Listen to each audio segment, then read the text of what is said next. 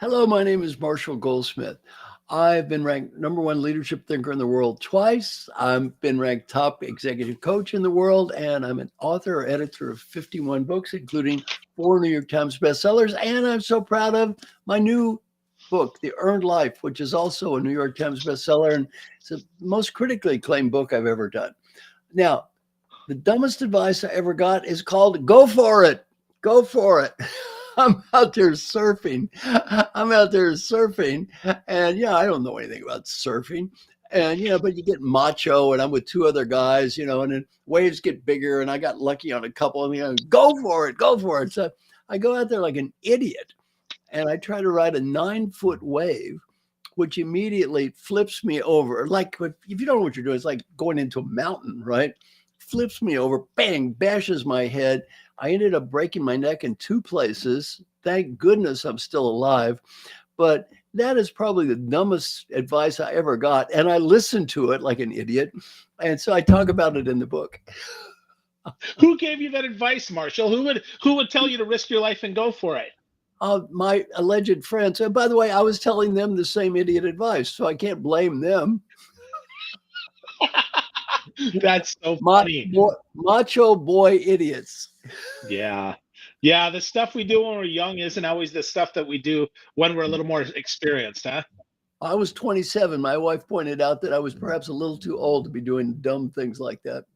Oh, I don't know, Marshall. I don't think you're ever too old to do dumb things. So I think that's okay, right? Doesn't matter when. So that's cool. Well, smart thing, right? Writing another New York Times bestseller. So I have to say, Marshall, this is the perfect time for this book, at least in my opinion. I mean, I'm not surprised it's critically acclaimed. I'm not surprised it hit number one.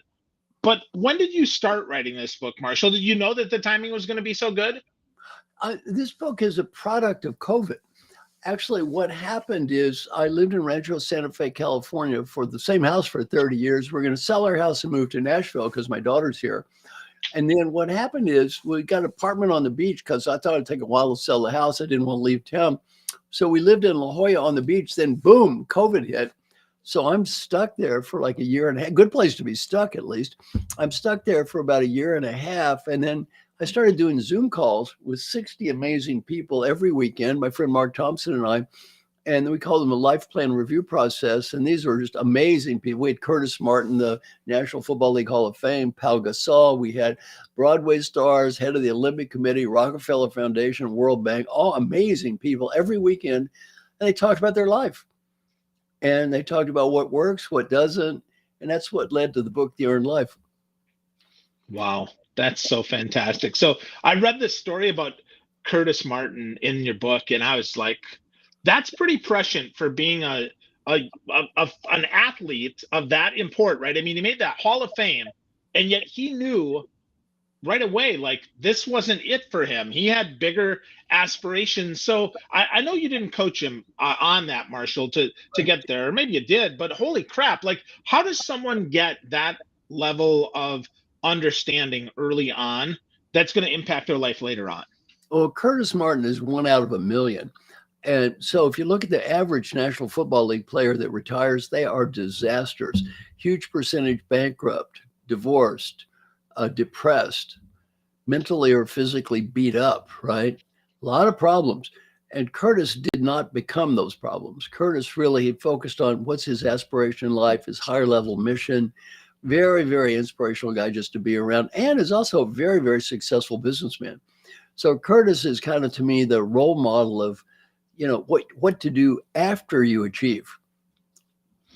Yeah, after you achieve. That's so interesting, right? So because often we achieve and then we stop and we look back, right? We have the Al Bundy syndrome of, hey, in high school I scored 6 touchdowns and I'm awesome. And that Right. doesn't help us. And you talk about that really well in the Earned Life. So why does that not helpful, Marshall? Why does that not serve us? Well, one of the things I talk about in the book is 3 levels. One is we need a higher level of aspiration. What am I doing this for? If you're achieving, what are you achieving for? Is there a reason? And so we need some higher purpose or aspiration that doesn't have a finish line or goal line. 2, then we need ambitions, and our achievements are the achievement of goals, which do have a fixed deadline. And then 3, we have our day-to-day actions. Now, the problem is, in the past, if you look at our history as a species, most people were focused on the action phase. They just lived day-to-day lives and they got lost in the immediate. When I broke my neck, it's a great example. It was not connected to some higher aspiration. I had no desire to be a big surfer, and it wasn't some ambition.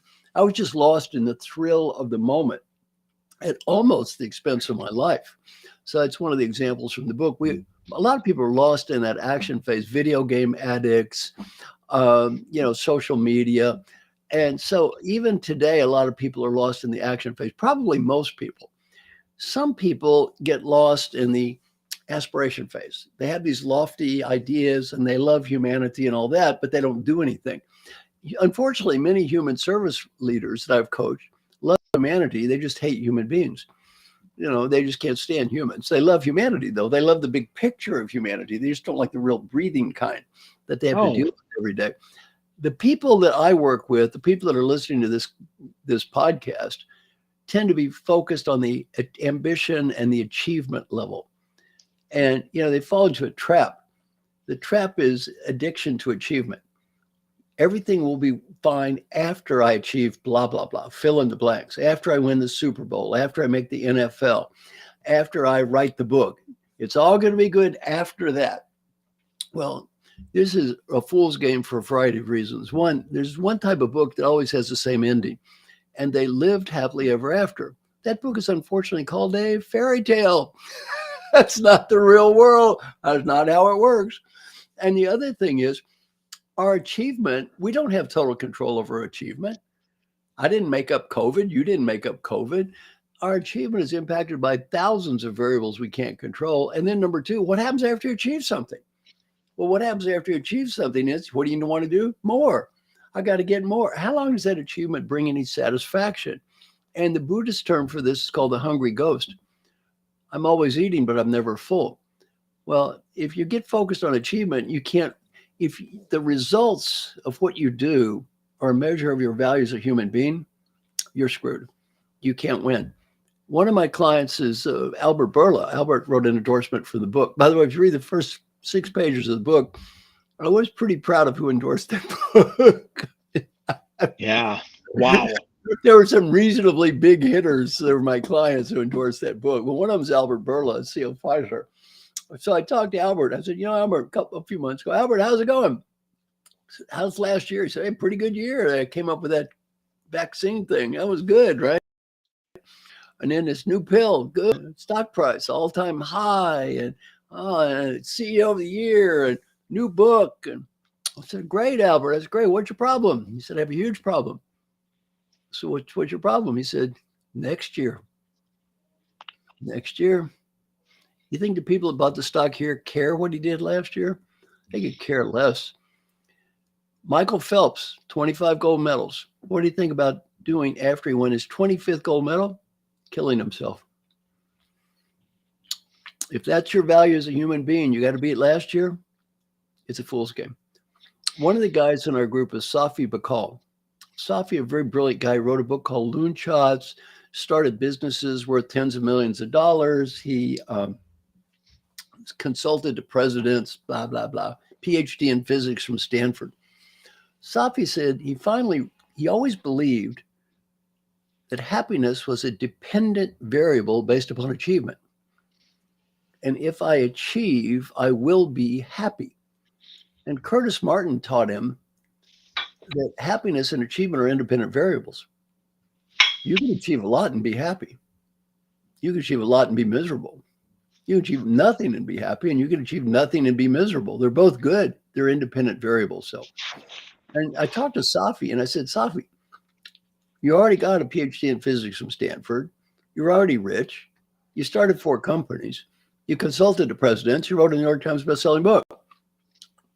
If that's not enough to make you happy, if achievement's going to make you happy, you're already 99.999 now. You really believe getting to a 99.9999 is going to make any difference? Not really. Not really. You said you're right. It's hopeless. You can't win. That's the great Western disease. I will be happy when. So how do we get past that, though, Marshall? I mean, I would agree with that. I mean, sure, they're independent.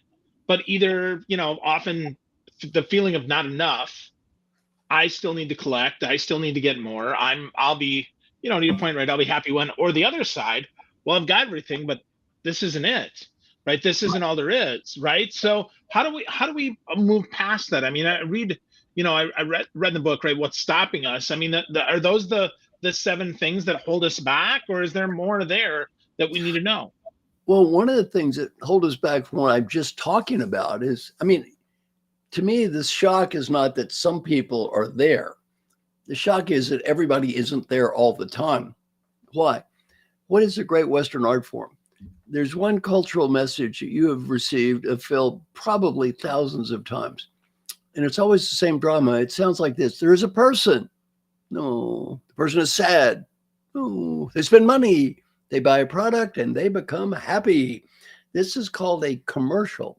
Now, Phil, have you ever seen one of those before? Those commercials? I have, Marshall, sadly, How many many? of them. How Too many? many. Over and over and over the same message. You will be happy when. And the message is happiness, peace, it's out there. No, it isn't. It's not out there. You're not going to get it. You're not going to find it. It's in here. Okay, so when in your life, Marshall, did you learn that? I mean, after you almost died surfing, or was it because of your Buddhist studies, or when did you Yeah, find that? I would say studying, I've probably read 400 books on Buddhism. So I've studied more about Buddhism than I've studied. I have a PhD in management, but I've studied more in Buddhism than I ever studied about that. And, there are many schools of Buddhist thought. So when someone says they're Buddhist, it doesn't tell you very much because Buddha said only do what I teach if it works for you. If it doesn't work for you, don't do it. Well, there's so many interpretations of Buddhism. So my interpretation, which I never say is right or wrong, just my interpretation is this. Buddha was brought up very rich.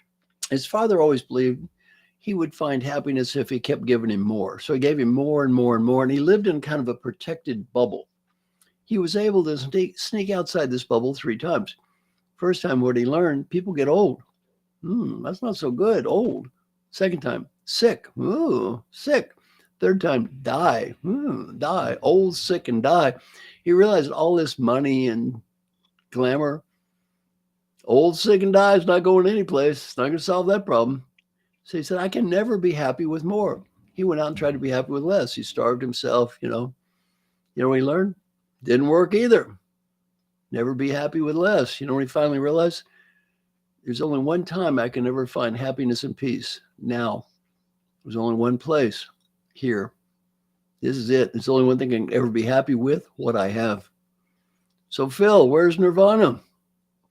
Listening to a bald guy right here talking on this show. This is it. It's not out there someplace. This is it. Welcome to Nirvana. If it's not here, Yeah, it's not any place.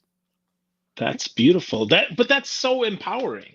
That's so, because so much of everything else in the world is so disempowering. But to understand that the present is all we have, it's the right here and the right now. I think that's important that we understand they're both. So with that, Marshall, I'm reading your book here. It was a footnote, but I think an important one here. You talk about teachers and how Yeah. your mom was a teacher and that. I mean, do you consider yourself a teacher now? And why are teachers, obviously mom, but why else are teachers so important to you? Well, I would say that's my number one identity would be teacher. I mean, I'm famous for being a coach, but as a coach, coaches are not teachers. They don't like the role of teacher. On the other hand, I see myself as a teacher. I love teaching. My mom was a teacher. My daughter's, she's a great teacher. She's a professor at Vanderbilt. She's already a full professor, chair, head of the department. She's only 43. She's a great teacher. I would teacher of the year many times. She's a great teacher. My wife is a great teacher. So, I've always liked teachers. So teacher is just a large part of my identity. And I like it for 2 reasons. One, sounds better, helping others, which I like that. But 2, I just enjoy it. So for me, I can't say when I'm a teacher, I'm a martyr or a victim or something. I just love it. So what's the difference between a teacher and a coach then, you, Marshall? That's Well, interesting. I mean, to me, there doesn't have to be any difference, but some people define coaching as much more asking questions and more of a process where, you encourage the other people to figure things out themselves. I am not one of those coaches. And again, I'm not saying right or wrong, because that approach can work too. It's just different. Okay. Okay. That makes sense. That makes sense. So let's talk a little bit about what's stopping us from getting to the earned life, to getting that nirvana, if you will, other than understanding that it's right here and right now. You give 7 things in the book. You talk about inertia, programming, obligation, a bunch of other stuff here. But Well, one of the ones pick, that I pick thought your, was, yeah, oh, pick your good. favorites. We'll just talk Yeah, about no, one no, or I was two. going to. Yep. Nope, that's what I was going to say, right? So 7 of them there. The big one that I wanted to talk about was the winded by the pace of change, Yeah. because sometimes, right, the change, I think sometimes it just gets us, right, and it takes us. I think that plus inertia is a recipe for disaster. So let's talk about how that impacts us, right? The winded by the pace of change. Well, I think we all have a dream. Now, I'm one of I wrote an article called Leadership is a Contact Sport. If anybody listening wants to get a copy of it, send me an email, marshall@marshallgoldsmith.com. I'll send you a copy of it. Leadership is a contact sport. And I talk about the importance of feedback and how people get feedback and then they follow up and they get better. And then, well, everybody says they're going to do what I teach. 98% say they'll do it. And then the study shows about a year later, 30% do nothing. So I interview the people who do nothing. I'm the only teacher I've ever met that's collected feedback from tens of thousands of people. I measured, did they do what I said and did they get better? Well, the good news, people do it, get better. The other good news, people don't do anything, don't get worse. They stay the same. Well, they don't get worse, they stay the same. So it's all good. So I interview the people who do nothing and say, why'd you do nothing? And Phil, it's going to go back to your question. The answer is always the same. It sounds like it's a dream. It sounds like this. I'm incredibly busy right now. Given the rapid pace of change and new technology and emails and voicemails that follow me around, it seems like it never stops. I feel as busy as I ever have. Sometimes, in fact, I feel overcommitted. I don't tell others this, but every now and again, my life feels just a little bit out of control. But I'm working on some very unique and special challenges right now. I think the worst of this is going to be over in about 4 or 5 months. And after that, I'm going to take 2 or 3 weeks and get organized and spend some time with the family. And I'm going to begin my new Healthy Life program. And after that, everything is going to be different and it will not be crazy anymore. When is that life going to happen, Marshall? That's never, man. It's not going to happen. There's no 2 or 3 weeks. The pace of change, Rob Nail, who was head of Singularity University, has a good saying. He said, the pace of change we are experiencing today is the slowest pace of change you will ever experience for the rest of your life. The pace of change we are experiencing today is the slowest pace of change you will ever experience for the rest of your life. It's not slowing down. Wow. Yeah, that is an obvious statement once you say it out loud. And yet we never believe that's true unless we actually hear it resonate in us. Wow. That's so true, right? I mean, I think about, 30 years ago, life was pretty simple. And even 30 minutes ago, maybe in some cases. And now we're like, holy crap, like, my gosh, slow down, right? That's right. That's right. So anyway, it's not slowing down. So it is what it is. And option A, feel bad about it, or option B, make peace. Wow. Wow. Wow. That's so good. So Marshall, one of the things that I've heard you talk about is delayed gratification. I Right. think that's an interesting conversation too, right? So you want to talk about it's not getting any slower. Well, how much is too much? I mean, you talk about the Marshmallow Experiment, which I thought was fascinating. Like if they ask them to delay, for 4 or 8 or 16 or 20, Now but you're going fast. Everybody may not know the Marshmallow Study. So let me just explain this. There was a famous study done at Stanford University by a guy named Walter Mischel called the Marshmallow Study. So you give a kid a marshmallow. If the kid eats 1, they get 1. If the kid waits, 2. And of course, they allegedly did this longitudinal research, and the kids that ate 1 all became drug addicts, and the kids that ate 2 all got PhDs from Stanford. But the point is pretty clear. Delayed gratification is good. Delayed gratification is good. Almost every self-help book, delayed gratification is good. Here's how you eat less, work out more. Delayed gratification, good. Here's what they didn't do in the study. They didn't take the kid that ate 2 marshmallows and say, kid, wait a little bit more. 3. Wait some more. 4, 5, 10, 100, 1,000. And where does the story end? An old man waiting to die in a room surrounded by thousands of uneaten marshmallows. Sometimes you got to eat the marshmallow. Sometimes you got to eat the marshmallow. And then I love the Jack Welch story. You know, Jack Welch, my friend knows Jack Welch. Jack Welch almost dies. So he said, you know, he had triple bypass. Jack, what'd you learn when he almost died? He said, why am I drinking the damn cheap wine every night? He said, I'm rich. I get his wine cellar filled with great wine. Every night I'm drinking cheap wine. I'm waiting for the wine in the wine cellar to appreciate in value. This is Jack Welch. Jack Welch, guy's worth hundreds of millions of bucks, waiting for some stupid wine to appreciate in value, which is going to make this much difference in his net worth, right? And he's drinking cheap wine. You know what his commitment was after he almost died? No more cheap wine for me. That's crazy, huh? No more cheap wine for me. Enough of that delayed gratification stuff. If all you do is delay gratification, you know what you get in life? Delay. You know what you don't get? Gratification. That's so funny, Marshall. That is so funny, man. So wow. Well, I think this is your best book yet. And I say yet because you're not done yet. But this is fantastic. So Marshall, I gotta ask you this, right? So you're 70 now. You've done a lot of 73 now. Get out of here. 73. Okay, so 73. So older than I thought, and I mean that in a good way. Like, but Marshall, when you look back at right after you had gotten that surfboard accident, like what would you tell 27-year-old Marshall about what was coming next? You know what? I'm often asked a question, if I had to go back in time, what would I change? And the answer is nothing. Now, the reason I would change nothing is not because I didn't make mistakes. I mean, the surfboard was obviously a mistake. I made millions of mistakes, as we all make mistakes every day. Why would I change nothing? If you erase the mistake, you erase everything you learned from the mistake.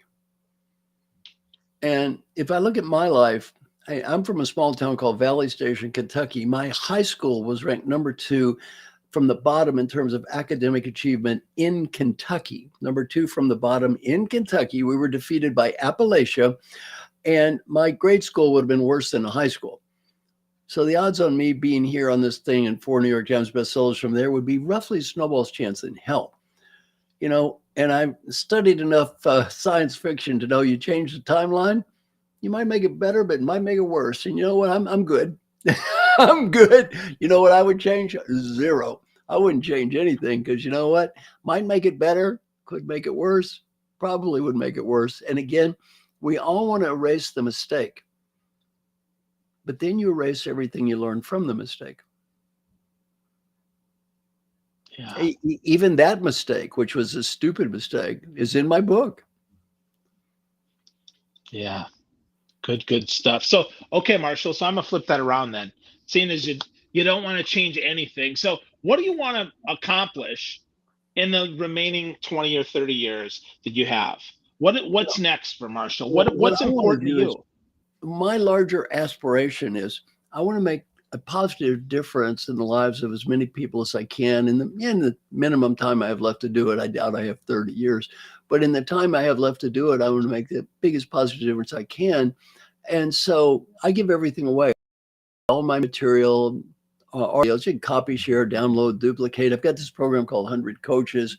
I teach people all I know for free. And the only price is they have to do the same thing when they get old.